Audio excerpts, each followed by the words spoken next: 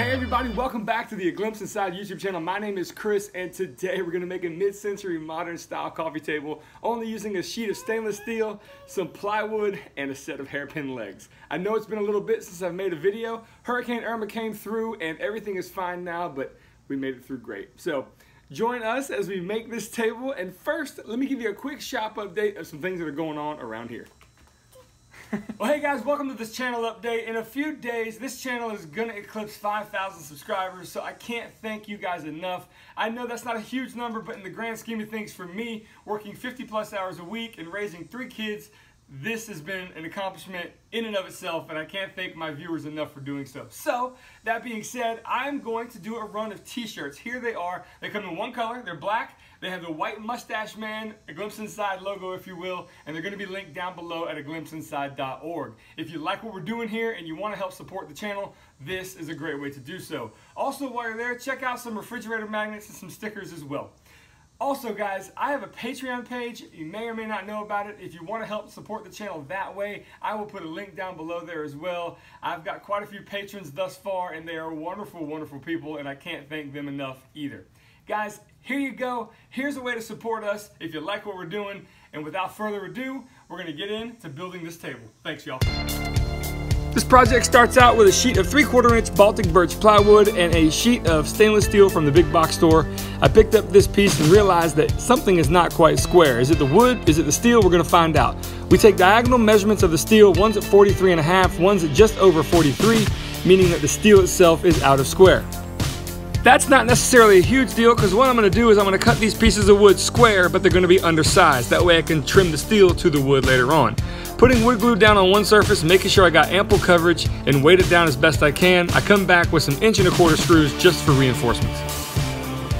At this point, I'm going to trim it down on the table saw and give myself a nice smooth surface on each edge. Both pieces are exactly the same size now. At this point, I'm prepping the wood for some contact cement. What you're going to do is you're going to lay both pieces out you want to adhere to each other, coat each surface liberally with the contact cement, wait about 15 minutes, lay some sticks down on one surface to give yourself ample time to make sure you got it lined up right, press it down, and you get a nice firm tight bond.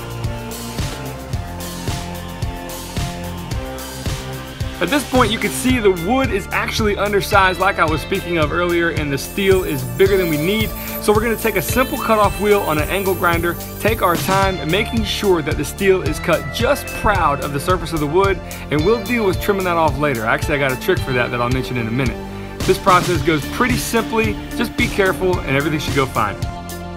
You can see now that we have a really nasty sharp edge to deal with.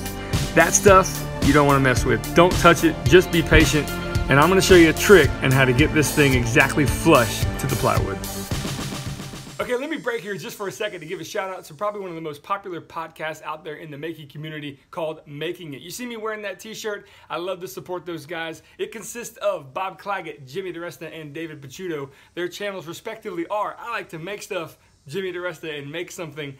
These guys are so knowledgeable and so creative in this craft, it's definitely worth a listen. The technique I'm using, I got from Jimmy in one of the episodes previously to this, where the flap disc is used on the stainless steel going in the down direction. You're about to see me do this to give you a nice flush surface between the stainless steel top and the wood underneath. So guys, check out Making It. It's linked down below. Let's get back into the project. Okay, so here is the technique in action. You take the nose of an angle grinder and you grind down the stainless steel flush to the wood. Having that angle grinder in that downward motion, as you see here, prevents anything from coming apart, meaning the stainless steel coming off the wood. Take your time, go slow, and everything will turn out just great.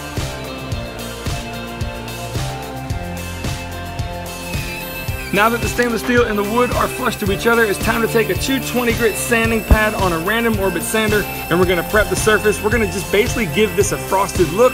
You could leave it just like this, but I got a trick up my sleeve and I'll show you that in a minute. At this point, I'm rounding over the edges a little bit to keep it soft to the touch so there's no sharp edges on the edge of this table.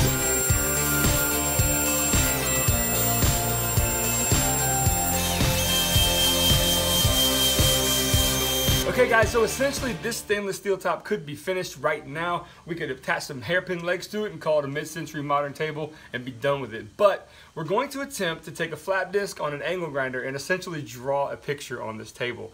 I hope it works out. If it doesn't, then I could just go through the sanding process once more, leave it at this, and call it a day. But why not try to experiment with something a little bit out of the box? So join me, and hopefully it comes out good. All right, first and foremost, I'm using a 220 grit flap disc on an angle grinder to do this, and all I'm doing is I'm roughing out the shape of essentially a landscape. I am no artist by any stretch of the imagination, but I'm trying to do an abstract drawing, if you will, on this stainless steel to give the table, you know, something unique, something a little different. So what did I learn from doing this? Well, I realized that just by trying something outside of my wheelhouse, things actually turn out better than you think. I'm no artist, like I said, but this technique turned out great. So I hope it inspires you on your next project to do something outside of what you're comfortable with in the artistic realm, and I guarantee you, if you just try, things will turn out great. As you can see, I made some marks where the hairpin legs are gonna be. Now this is an extra step. You don't have to do this, but I'm gonna recess the base of the legs into the table by exactly the same thickness. So I take a router bit that is 1/2 inch in diameter. It's a straight bit, and I'm gonna go ahead and just freehand this, cutting away the material, giving myself a channel or a pocket, if you will, for the base of the hairpin leg to rest in flush with the surface of the underneath of the table. Again, this doesn't have to be exactly perfect. As long as the hairpin leg base sits flush like this, you're good to go. You can see I didn't cut it exactly perfect, but honestly, that's fine.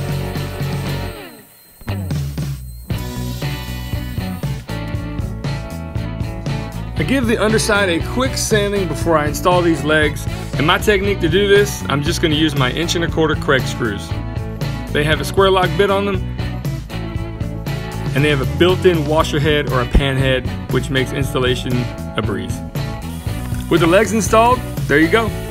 Now it's time to contemplate what kind of finish I want to put on there to protect the surface. But first, I'm going to put a coat of clear on the legs to prevent any rusting in the future. So I decided to go with Minwax's Polycrylic. This is a water-based protective coat that you can put on various finishes. And honestly, I put a couple coats on, and in between coats of sanding, I wasn't real happy with how it looked. So I sprayed a couple coats of clear on the tabletop. And after that, I sanded that down a little bit and hand brushed a coat of brushing lacquer right on the top. This put a pretty thick coat on there, and there was a few brush marks, so I took a simple Scotch-Brite pad and with my random over sander, ran over the top of it, and everything smoothed out very nice. For its final coat though, I went ahead and used some really nice spray lacquer. I put about 4 or 5 coats of this on there, and everything turned out great. I will say this, it does pay off to buy a high quality lacquer and a high quality spray can. This one was about $8 per can, and you can see it gives a nice even coat. Well, there it is guys. A little something different, but I think it turned out pretty well. Thanks for watching. I really appreciate it. Hey guys, thank you so much for watching. This was my first attempt at making one of these mid-century modern tables. It's actually a fairly simple build. The stainless steel part was the most challenging part, but guys, I really appreciate you watching all the way to the end. To tell you the truth, I'm gonna link down below. This table is gonna be for sale. All right, it's gonna ship anywhere in the continental United States. Sorry if you're outside of that range, but it's going to be down below. The price of the table down there will have shipping included, so don't worry about that. And that will be another way you can help support the channel. Guys, thank you so much for watching. We always invite you to subscribe, and also there's going to be a few more videos over here for your viewing pleasure. Guys, thank you so much. We'll see you later. This has been A Glimpse Inside. Bye. Woohoo!